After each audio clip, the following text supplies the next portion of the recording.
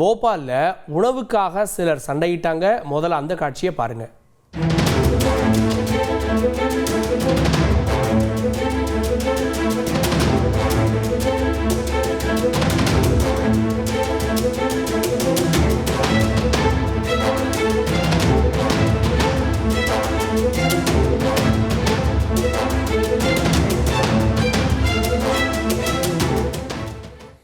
சொன்னால் நம்ப மாட்டீங்க, இப்படி சாப்பாட்டுக்கு சண்டை போட்டிருக்கக்கூடியவங்க.